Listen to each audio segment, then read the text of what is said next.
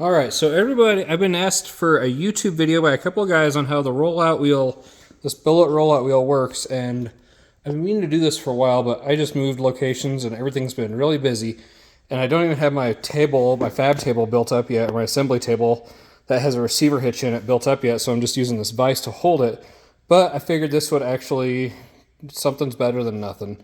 So what we're going to do is we're going to start from the front, from the face, and work our way back. And normally these have a 8-inch chuck on them. They're supposed to have an 8-inch chuck. The bolt patterns for an 8-inch chuck. And I just don't have it on there right now due to convenience, making it easier for me to move around while we do this little video. So on these, you could either bolt in the chuck from the back, from this direction in with the bolt hole pattern right here, or if it has a face chuck, a chuck that bolts from the face, you use these guys right here. They're already pre-tapped for M10 1.5. I sell these including a chuck, but if you have your own 8-inch chuck that you want to use, I will sell you one without a chuck. That's no problem. So that's how that works. This is the 15-inch wheel. I have a 12-inch wheel. People, most of the time with that buy the 12-inch wheel, end up going to the 15-inch wheel, and the 15-inch wheel at time of purchase is $50 more just due to the higher cost of aluminum. That's about it. So from the face piece back, we have the brake system. The brake system works off of this clamp that clamps these two brake pads together onto the actual bearing itself. When this was being designed, I realized my press is losing its juice. When I designed this, I realized that something's got to wear out, and it was either going to be the actual bearing itself, or it was going to be the brake pad. I've seen and heard of guys using steel brake pads on a steel bearing. Whatever the softer material is, it's going to wear out. In my opinion, I designed this so that the actual brake pads would be softer, the aluminum brake pads, and wear out instead of the bearing. My reasoning for this is these things are very, very, very inexpensive to manufacture for me, and if you ever wear these out, which I've sold probably 56 of these over the last year, and I've never heard of someone wearing these things out. Keep that in mind. But it's cheaper to replace these than it is to replace a bearing. That's just the way it is with things that have an interference fit, like a brake pad or brake caliper assembly. Something's got to wear. I'd much rather it be a cheap part to replace than than a $50 part. This piece right here, can be rotated either in this position or straight up to clamp, or a back angle, whatever you like. It's ambidextrous. It can be threaded into here or here. On this side, I just have a dummy spacer right here, if you will, that essentially this thing's job is to, if I get this thing out of here, this thing's job is to essentially make sure that the threads don't get gacked up, don't get messed up, but it's just a bearing, or a sleeve, not a bearing, a sleeve. And that's all that thing does. And if you change sides on this, and if you want to adjust tension, all you do is just thread this in and out. It's a threaded rod inside this that torques it. I've had people hold those 12-inch 300-pound flanges on this all day, and it locks it in position. It doesn't move. This thing's adjustable. This thing will actually, I can't remember the clamping force on this, but it's phenomenal. And also the brake pad area on this is absolutely massive that clamps onto both of these. I'll show you, or I'll make another video or edit it in later. Here, give me a sec here. This is your brake pad surface area. So each one of these, times it by 2, you're looking at, a pretty huge amount of surface area to clamp these things down on, that clamp on each side of that bearing. So from the brake goes to the bearing. The bearing is a common off-the-shelf part off of a 2006 Chevy HHR.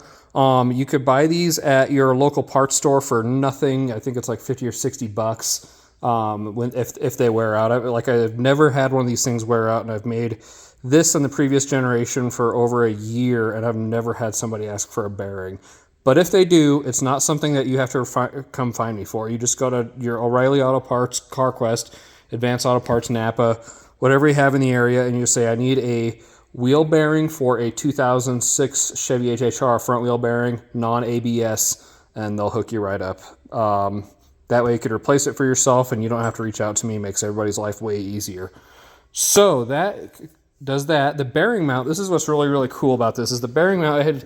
When I first designed these, the idea was to have these detachable so that you could actually leave this part on your truck that we'll get to here in a minute and take the whole head unit off with the chuck off. So this pops up just like this. This is free now. And you're able to lift this guy right off. It has this big meaty dovetail that it bolts down to. And here you can see the clamping setup on this. And when you put it back together, I'm trying to do camera and this, put it back together. Oh, my stupid thing is, oh, there you go. Go lift the handle up. Doing this all at once is really hard to do. You should have somebody help me with this. When you hold it all together, clamp it down, bam, it doesn't move. It's solid. There's no slop in this system whatsoever. It is rigid once it's clamped on there. That dovetail, it sits right on the big block of aluminum on the bottom, and you could actually have had people cut this out themselves. In the future, I'll be able to offer that, but right now I don't have that. In order to have the brake handle on the bottom, one guy I know down in Texas did that. Okay, so the back piece. This right here is the part that attaches it to your truck. This is a 2" by 2" square. That's the dimensions, 2" thick, 2" width. That fits into a 2" receiver hitch tube. This is a 625 hole, like for your 5/8" trailer pin or whatever. Hitch receiver pin, you can put that in there if you want. I just have that. I've noticed some people wanted that, some people don't. Doesn't really matter.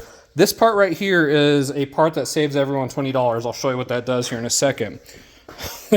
That, said bluntly, is a washer, because this is how it clamps. This clamp right here provides clamping force, and now this part right here, in order to do this washer, it was originally going to be a CNC machine part, but then these knobs did everything I wanted it to do, and all these knobs do is just provide wider clamping surface area and a threaded area to be able to adjust this in and out quickly so that you could actually add or subtract clamping force, or once you get it set in, you don't touch it.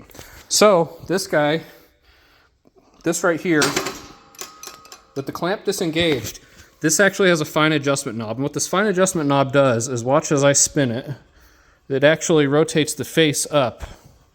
So you could actually adjust this, fine adjust it when you're at this bottom position right here to get a, say your truck's not level and you need to level this out. This allows you to do that, this knob right here. And this will go, I can't remember the degree off the top of my head, but it has a pretty good reach to it. You can see right there, it's backed out. So if you're parked on like a hill or something like that and your truck's not level, this is your fine adjustment level. And this is a 5/8 11 made by JW Winco. Aluminum handle, pretty solid piece of material. Inside here, 1" bearing, or 1" bolt, roller bearings inside here, which I think is complete overkill, and also a thrust, 1" thrust bearings or roller bearings, needle bearings, and a oil light bearing inside here, which I think personally is complete overkill, but I'd rather have overkill than underkill. This design on here is just pretty. There's no structural needs to that at all, but I just love how it looks. And this guy right here, this is another piece that if you don't want it, let me know, but it's so fast for me to make. This right here is nothing more than a chuck key holder. You'll see on some of the pictures it holds a chuck key either with the handle right here or with actually the key mount right here to hold it across. And I built that piece solely because when I was making these and selling, or one of my distributors has these, I came into his shop, his sales floor one day, and I saw, all these laid out all beautiful on the stand I gave him. And there was a bunch of chuck keys just laying on the floor. And I thought, oh my gosh, if, the guy that sells these, one of the distributors that sells these, has the keys laying on the floor, imagine what a guy, working on his truck has. There's got to be a home for the key. This could be moved to either side, and this could be flipped upside down, so this could go here, or you could just throw it away. Like I said, the main purpose of this is to make it so that it looks cleaner on the sales floor. And if you want to use them, by all means, keep them. There's just 2 3/8-16 bolts that hold them in on the bottom. If you have, that's pretty much the big walkthrough on this. On the face piece, if you're using one of my chucks, it will come with low profile M10 bolts, because this, in order to make this chuck with the 12" wheel on this, it brings these handles closer in, and there was a pinch point right here. And this new brake system, this new brake pad system, both the pad and the pad mount, brings everything closer and eliminates that pinch point down here. But with that said, I have to run these low profile 5/8 or 5/16 bolts and also low profile M10s so everything clears.